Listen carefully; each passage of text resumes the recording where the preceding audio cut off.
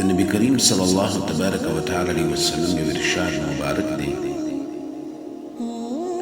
فرمائي چی رغم أنف رجل أتى عليه رمضان ثم انسلخ قبل أن يغفر له.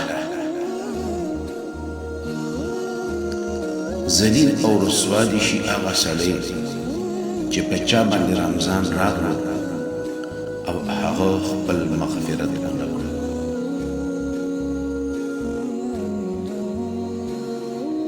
په دې حدیث کې هغه ذات په دعا فرمایلې ده چې د دشمنانو کنځلې اورېدو سره هم چرته هم ورته هغه بددعا نه ده کړې.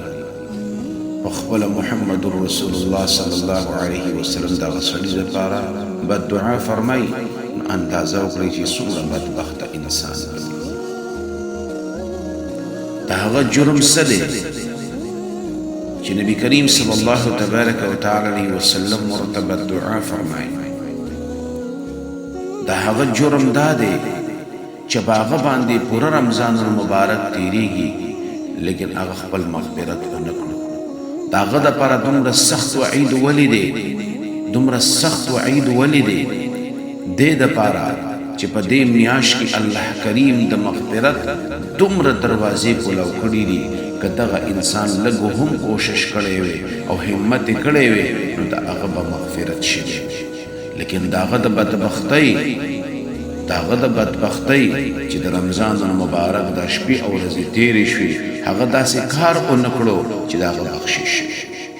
زه تاسو ټولو مسلمانانو ته، ټول ایمان والو ته دا یو درخواست کول غواړم چې د الله خاطر وکړئ ای ایمان والو دا رمضان المبارک د شپې ورځې خالی تیرې نه کړئ. د هر قسمه فضولیاتو نه او د هر قسمه خرابو کارونو نه، د فحاشۍ او بدکارۍ نه او د غلطو رسمونو رواجونو نه ځان وساتئ او په دې مبارکه میاشت کې تلاوت کلام پاک وکړئ. په دې میاشت کې تاسو استغفار کثرت کوئ، په دې میاشت کې تاسو ذکر او اذکار کوئ، صدقه او خیرات کوئ. الله کریم ذات دی، الله کریم به در سره د خیر او د کرم والا معامله وکړي. ایمان والو مبارکه میاشت الله کریم دی ما ته هم د صحیح عبادت کولو توفیق را نصیب کړي. الله کریم دی تاسو ته هم د صحیح عبادت کولو توفیق را نصیب کړي.